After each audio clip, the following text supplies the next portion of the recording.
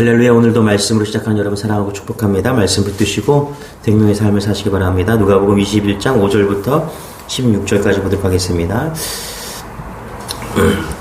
교독하도록 하겠습니다. 어떤 사람들이 성전을 가리켜 그 아름다운 돌과 헌물로 꾸민 것을 말하매 예수께서 이르시되 너희 보는 이것들이 날이 이르면 돌 하나도 돌 위에 남지 않고 다 무너뜨려지리라. 그들이 물어 이르되 선생님이여 그러면 어느 때 이런 일이 있겠사오며 이런 일이 일어나려 할 때 무슨 징조가 있사오리이까.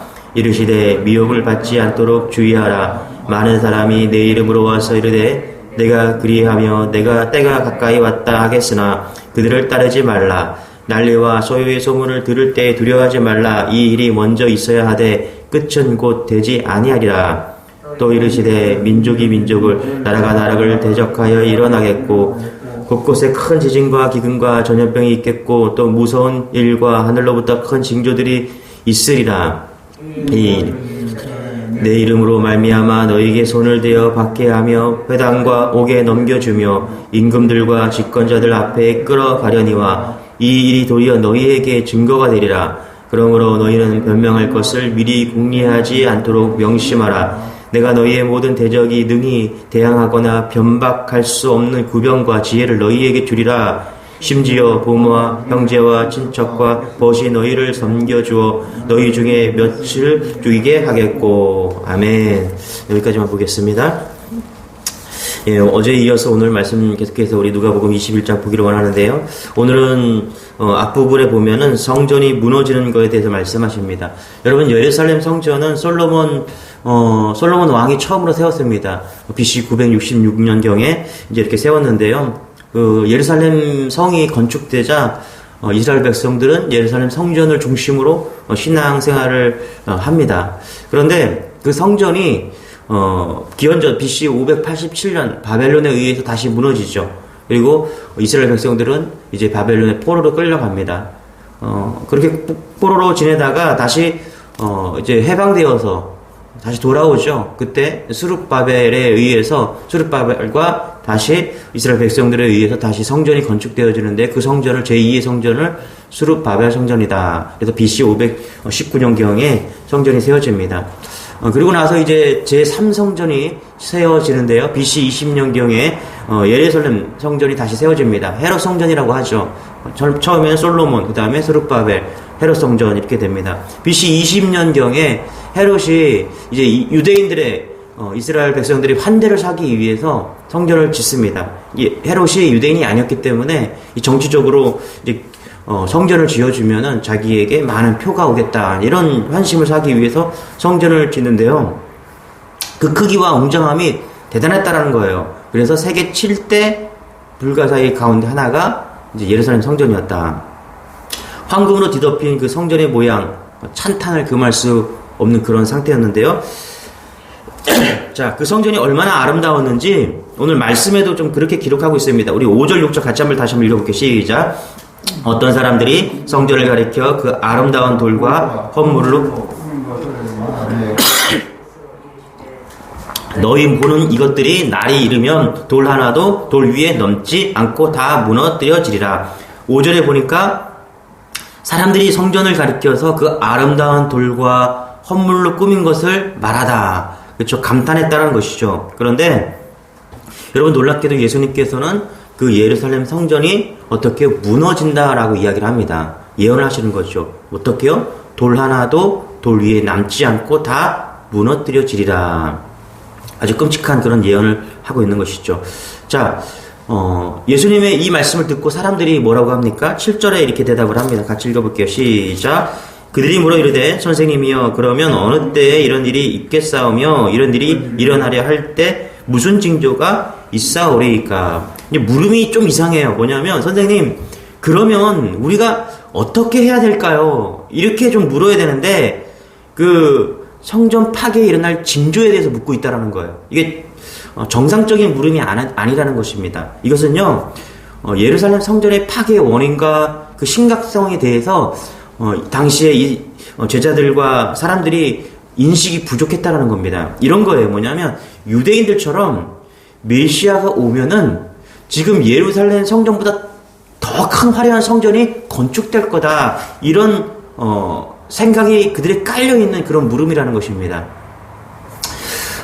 그렇기 때문에 지금 성전이 무너지는 것에 대해서 영적으로 심각성이 없는 그렇게 받아들여지고 있다는 거예요. 아, 이게 빨리 무너져야지 더 큰 성전을 지을 수 있지. 이런 바람이 있었다는 것입니다. 어제 앞에서 우리 부자 헌금과 과부의 두렵던 이야기를 했습니다. 여러분, 예수님이 기뻐하시는 것은요, 오늘 성전도 마찬가지고 헌금 드리는 거에 대해서 마찬가지고 똑같아요. 외적인 화려함이 아니라 마음의 중심을 계속해서 이야기하고 있다는 것입니다. 오늘 성전도 그런 같은 맥락에서 좀 봐야 된다는 것입니다. 여러분, 예루살렘 성전의 파괴는요, 오늘날 우리에게도 시사하고 깨달음을 주는 그런 메시지가 분명합니다. 뭐냐면 참된 신앙을 찾아볼 수 없는 성전, 그래서 하나님이 계시지 않는 그 존재 필요 없는 성전을 이야기하고 있다는 것입니다. 성전보다 더 큰 예수 그리스도를 거부하고요, 눈에 보이는 성전 건축을 집착하는 신앙, 예수님께서는 그것을 무너뜨린다라고 이야기하고 있다는 것입니다. 그러니까 내면적 신앙이 아닌 율법적이고 형식적인 신앙에 안주하는 신앙은 완전히 돌 하나 없이 무너진다라고 지금 이야기하고 있다는 것입니다. 여러분, 기도하는 소리보다 짐승이나 그런 물건을 팔고 돈을 바꾸고 싸우고 떠드는 소리, 그런 소리가 더 큰 성전은요, 하나님께서 용납하지 않으신다라는 것을 지금 이야기하고 있다는 것입니다. 한국교회가 지난 이제 120년 동안 이룬 성장과 그 사역은 정말 엄청나죠. 그런데 여러분, 얼마 전까지만 해도 한국 성도수가 1000만 이렇게 헤아릴 때가 얼마 지나지 않았습니다. 그런데 지금 우리가 몇이나 될까요? 다시 말하면요, 아무리 성전을 화려하게 건축하고요, 그곳에서 매일 우리가 수천 마리의 그런 짐승으로 하나님께 제물을 불태우고 그렇게 드린다고 해도 형식 제사에만 관심을 쏟을 때 오히려 하나님은 그들의 제사를 받지 않는다는 것입니다. 그러니까 1000만이 중요한 게 아니라, 화려한 성전이 중요한 게 아니라, 우리 안에 있는 진정한 하나님을 향한 갈망과 믿음이 예수 그리스도를 향한 그런 모습이 중요하다는 것입니다. 여러분, 생각하면요, 성전이 무너진다, 교회가 무너진다, 너무 두렵고 절망적인 말씀이 아닐 수 없습니다. 그런데 여러분, 하나님은요, 변질되고 타락한 성전을 무너뜨리기만 하는 것이 아니라 그 무너진 터 위에 이전보다 더 거룩하고 아름다운 성전을 재건하시기 위해 그렇게 하심을 믿으시기 바랍니다. 그것이 뭐냐 하면 바로 예루살렘 성전, 그런 성전으로 존재하는 그것보다도 무엇이요? 예수님을 신앙 고백하는, 베드로의 신앙 고백처럼 우리가 예수님을 구주로 고백하는 그 신앙을 고백하기 위해 다시 교회를 세우신다는 것입니다. 그래요, 주님이 세우시겠다고 하는 그 새로운 교회는요, 헤롯 성전처럼 솔로몬 성전처럼 미석과 금과 보화가 같은 그런 것들로 화려하게 외적으로 보여지는 그런 성전이 아니라 예수 그리스도 피 흘린 그 값으로 그것을 믿고 우리가 고백하는 그 신앙으로 세워지는 그 교회를 세우시겠다는 것입니다. 그래서 에베소서 1장 23절에 교회는 그의 몸이니 만물 안에서 만물을 충만케 하시는 자의 충만이니라. 그러니까 예루살렘 성전이 허물어지고 예수 그리스도라는 신앙 고백 위에 세워진 것이 진정한 교회가 된다는 것입니다. 여러분, 우리 주님의 교회를 세워야 가야 됩니다. 그런데 잊지 마십시오. 교회는 건물을 짓는 것이 아닙니다. 교회는 무엇입니까? 신앙 고백을 통한 한 영혼이 세워지는 것입니다. 그래서 우리가 교회가 되는 것입니다. 그래서 여러분, 어떻게 보면요, 우리는 평생 교회 건물을 지을 수 없을지도 모릅니다. 그런데 중요한 것은 그것이 교회가 아니라 날로 구원받는 생명들이, 영혼들이 늘어나는 거예요. 그것이 교회가 된다는 것입니다. 지금 작금의 우리의 현실 속에서 아마 우리 한국 교회도 유럽 교회들처럼 건물만 존재하고 이제 성전은 우리 성도들은 모이지 않는 그런 현실들이 아마 늘어날 것입니다. 왜 그러냐면은 뭐 아이를 낳지 않기 때문에 여러분 학교도 지금 그렇잖아요. 초등학교도 마찬가지고 대학교도 마찬가지. 이제 10년만 있으면 대학교가 한 100개 정도는 사라진다고 합니다. 사람들이 숫자가 줄기 때문에 한국 교회도 반드시 숫자가 줄 겁니다. 그래서 건물도 많은 교회도 비어져가는 그런 일이 벌어질 것입니다. 그런데 여러분, 그런 속에서도 하나님은 교회를 세우기를 포기하지 않으실 것입니다. 교회 건물의 사람들은 비어갈 수도 있습니다. 그러나 어떻게요? 영혼의 구원은 늘어날 것을 믿습니다. 네. 구원받는 백성들이 늘어나고 이제 패러다임이 바뀔 거예요. 이 코로나 시대를 지나면서 많은 깨어있는 사람들이 교회가 건물이 아니구나. 교회는 생명된 예수 그리스도를 고백하는 그 믿음으로 세워질 한 영혼, 한 육신을 토대로 한 그 영혼이 교회구나. 이것으로 우리가 증명될 것입니다. 아니, 우리가 그렇게 증명을 해야 되는 것이죠.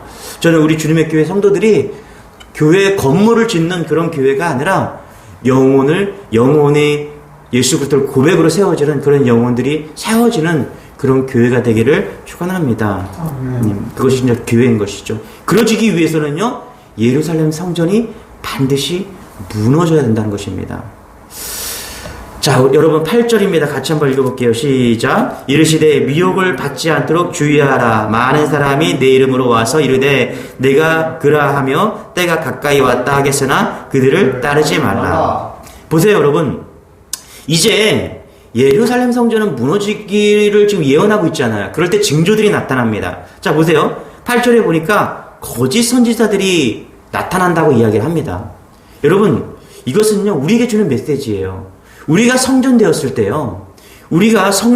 때 거짓 선지자들이 나타나서 뭐 한다고요? 성전된 우리를 미혹한다는 것입니다. 종말에 관한 허황된 사람들이 많이 출현해서요, 누구를 무너뜨린다고 합니까? 예수 그리스도를 구주로 고백한 성전된 우리를 어떻게 해요? 무너뜨리기 위해서 거짓 선지자, 거짓 메시아가 출현한다는 것입니다. 그러므로 여러분, 성전된 여러분을 믿음 안에서 잘 지키는 여러분 되시기를 바랍니다. 여러분, 거짓 선지자, 거짓 메시아가 가장 많은 나라가 한국이죠. 그 자칭 예수 메시아라고 하는 사람들, 이만희, 문선명, 정명석. 어제 미디어를 보니까 정명석은 또 감옥에 들어갔다 또 나와서 또 성폭행을 하고 막 그런 일이 벌어졌더라고요. 참 신기해요. 왜 저렇게 거짓 선지자들을 사람들을 따라갈까? 여러분, 그런 생각이 안 드세요? 어떻게 따라갈 수가 있을까? 이유는요, 성경을 바로 읽지 않기 때문에 그렇습니다. 성경을 바로 알지 못하기 때문에 그래요. 여러분, 성경을 읽으시기 바랍니다. 지금 사순절을 지나고 있는데요, 저도 이 사순절 동안에 가장 많이 하는 게 뭐냐면 성경을 읽는 거예요. 하루에 한 50장 그렇게 지금 듣고 또 읽고 있는데요. 우리가 성경을 정말 어떤 사람이 그래요. 읽기만 하면요, 이 성경은 자전적 책이기 때문에 읽기만 하면 해석이 되는 게 성경입니다. 또 성경이 좀 어렵다 그러면 성령님께서 또 해석을 할 수 있도록 도와주십니다. 그래서 자꾸 읽으시기 바랍니다. 어떤 목사님은 예언을 하신다, 그런 거 따라가지 마세요. 여러분, 이미 하나님은요, 우리가 알아야 될, 이 땅에서 우리가 구원받기 위해서, 이 땅에서 믿음의 백성으로 살아가기 위해서 알아야 될 것은요, 이미 다 성경을 통해서 말씀하셨습니다. 그래서 영험한 목사님을 찾아가거나 예언을 찾아가거나 이만희를 찾아가거나 그럴 필요가 없다라는 거예요. 여러분, 너무 유명한 목사님 설교를 듣는다고 너무 시간을 할애하지 마시기 바랍니다. 진정한 중요한 것은요, 말씀을 내가 읽는 거예요. 그럴 때 이 말씀이 쉐마로 나에게 다가오는 것입니다. 그래서 여러분, 유명한 목사님의 설교를 그냥 쭉 듣는다고 그걸 쫓아가는 게 아니라 내가 오늘 이 성경을 읽고 있느냐, 성경을 묵상하고 있느냐. 이게 너무 중요하다는 것입니다. 이것을 믿는 여러분 되시기 바랍니다. 첫째가 성경을 읽고 묵상하는 게 자기가 본인이 읽고 묵상하는 게 너무너무 중요합니다. 여러분이 유명한 목사님의 설교를 담임 목사님의 설교 제외하고요. 여러분 제 설교를 들어야 되는 그런 부분이 뭐냐 하면 담임 목사님들의 설교가 중요합니다. 여러분 그 교회 목사님 내가 그 교회에 섬기는 그 교회의 목사님 설교를 1차적으로 잘 들으시기 바랍니다. 그러나 그것도요 중요한 것은 뭐냐 하면 그것보다도 더 중요한 것은 내가 성경을 읽는 거예요. 이것이 첫 번째 바른 신앙의 모습입니다. 두 번째는 뭐냐면 삼위일체의 신앙을 믿는 거예요. 여러분 삼위일체 성부 성자 성령의 이 삼위일체를 믿지 않으면요 이단으로 빠지는 거예요. 거짓 선지자가 와서 우리를 유혹하는 겁니다. 성부 성자 성령 이단은요 이 성부 성자 성령 삼위일체를 다 부인합니다. 세 번째는 뭐냐 하면 유일하신 예수 그리스도를 믿는 것입니다. 예수 그리스도를 구주로 믿는 것이죠. 이 세 개만 확실하게 우리가 잡고 있어도요 거짓 선지자가 와도 흔들어도 흔들리지 않습니다. 여러분 성경을 읽는 여러분 되시기 바랍니다. 듣는 것도 중요해요. 좋아하는 목사님 들을 수도 있어요. 그러나 지나치면 안 된다는 거예요. 무엇보다 내가 성경을 읽는 그런 은혜가 여러분이 될 소망합니다. 이 사순절 동안 여러분 성경 통독하십시오. 그것도 힘들면요 들으시기 바랍니다. 요즘 앱을 통해서 얼마나 많은 성경을 읽어주는 그런 앱이 많이 나왔습니까? 그렇죠? 그걸 통해서 자꾸 성경을 자체로 듣는 그런 은혜가 있기를 소망합니다. 우리 9절 10절입니다. 같이 읽어볼게요. 시작. 난리와 소요의 소문을 들을 때는 두려워하지 말라. 이 일이 먼저 있어야 하되 끝은 곧 되지 아니하리라. 또 이르시되 민족이 민족을 나라가 나라를 대적하여 일어나겠고. 자, 예수님은 이처럼 종말의 시대에 뭐라고 민족이 민족을 대적하는 그런 갈등과 전쟁이 일어난다라고 이야기를 합니다. 이렇게 예언하셨어요. 여러분 지금 너무나 지금 이런 현실들이 말씀대로 이루어지고 있지 않습니까? 지금 우크라이나를 한번 보자는 거죠. 그 이전에도 뭐 시리아나 팔레스타인 지역에서는 계속해서 전쟁이 일어나고 있어요. 여러분 그러네 뭐 이게 말씀대로 우리가 지금 느껴지고 있잖아요. 두렵잖아요. 그래서요. 또 그것보다 더 중요한 것은 뭐냐면 여러분 11절에 보면은 또 이렇게 얘기합니다. 곳곳에 큰 지진과 기근과 전염병이 있겠고. 여러분 전쟁보다 지금 더 무서운 게 전염병이잖아요. 지금 저는 어제 이 말씀을 묵상하다가 정말 두렵더라고요. 전쟁도 이런 전쟁이 지금 3차 대전이 일어날까 막 두렵고요. 또 자연재해, 허리케인이나 토네이도, 뭐 가뭄, 뭐 온난화, 여기 전염병이라죠. 코로나 바이러스, 뭐 엄청난 거예요. 지금 성경에 말한 그런 모든 것들이 지금 우리에게 적용되고 있다는 거예요. 여러분 그런데 이런 일들이 왜 일어나냐 하면은 이런 종말의 시간에 우리 성전된 우리를 무너뜨리기 위해서 일어난다는 것입니다. 여러분 믿음을 지키는 여러분 되시길 바랍니다. 이런 것들이 일어나서 거기에 더해서 어떻게 핍박도 있을 것이다 라고 이야기를 합니다. 14절부터 17절이 핍박에 대해서 이야기하고 있어요. 15절만 한번 읽어볼까요? 시작. 내가 너희의 모든 대적이 능히 대항하거나 변박할 수 없는 구변과 지혜를 너희에게 주리라. 16절. 부모와 형제와 친척과 벗이 너희를 섬겨주어 너희 중에 몇을 죽이게 하겠고. 그러니까 계속해서 핍박과 환난과 자연재해와 전쟁이 일어나겠다라고 이야기를 한 거예요. 그런데 여러분 그때 뭐라고요? 우리가 도리어 증인이 되겠다. 13절입니다. 같이 한번 읽어볼게요. 시작. 이 일이 도리어 너희에게 증거가 되리라. 아멘. 여러분 이런 일이 일어날 때 우리가 어떻게 해요? 성전된 우리가, 교회에 있는 우리가 어떻게 해요? 증거가 된다라고 이야기하고 있다는 것입니다. 여러분 지금 우리가 예수 그리스도로 신앙으로 고백함으로 인해서 믿음으로 진정으로 살아야 될 때인 것을 믿는 여러분 되시길 바랍니다. 여러분 우리가 예수를 믿잖아요. 그러면 축복도 받고요. 고난도 받습니다. 그런데 고난 받을 때 지금 우리가 고난에 있잖아요. 복음을 전하기도 힘들고 말씀을 전하기도 힘든 그런 그런 시대를 살아가고 있잖아요. 그런데 그때가 어떻게 해요? 우리가 복음을 증거할 수 있는 증거의 때라고 이야기를 하고 있다는 것입니다. 여러분 이런 믿음으로 살아가는 여러분 되시길 바랍니다. 그럴 때 우리가 영혼을 구원받는 거예요. 19절 같이 한번 읽을게요. 시작. 너희의 인내로 너희 영혼을 얻으리라. 이게 구원에 이르는 것을 지금 이야기하고 있거든요. 영혼이 핍박받고 우리가 어려움을 당해도 우리가 인내하고 나아간다 하면 우리의 영혼은 구원에 이른다라고 지금 말씀하고 있는 것입니다. 여러분 깨어서 정신 차리는 여러분 되시길 바랍니다. 이 사순절이 보통 사순절이 아닙니다, 여러분. 아주 이 사순절을 이런 환난 가운데서 예수를 잃어버리게 하는 그런 사순절을 지나고 있는 거예요. 이럴 때 우리가 정신 차리고 더욱더 주님을 바라보고 날마다 성경을 묵상하고 그리고 어느 때보다 더 깊이 있게 사순절을 지내는 여러분 되시길 바랍니다. 그리고 때가 되었잖아요. 믿음으로 증거하는 시대를 사십시오. 어떻게든 복음을 증거하는 시대를 사십시오. 그럴 때 하나님은 우리의 영혼을 구원 얻으리라 말씀하시는 것입니다. 이 영혼을 그렇게 지켜가는, 교회를 그렇게 지켜가는 여러분 되시기를 주님의 이름으로 축원합니다. 기도하겠습니다. 그렇습니다, 주님. 사단 마귀는 우는 사자처럼 우리의 영혼을 빼앗기 위해서, 교회를 무너뜨리기 위해서 오늘도 우는 사자처럼 울고 있습니다. 주님, 깨어서 우리가 몸된 교회를 세워가는 그런 은혜가 있기를 소망합니다. 견고하게 세워가게 하시고 거룩하게 세워가게 하심으로 인해서 예수 그리스도를 구주로 고백하는 그 몸된 교회를 하나님 각자의 삶에서 세워가는 그런 은혜를 더하여 주옵소서. 그럼으로 인해서 증거되는 삶을 살게 하여 주옵소서.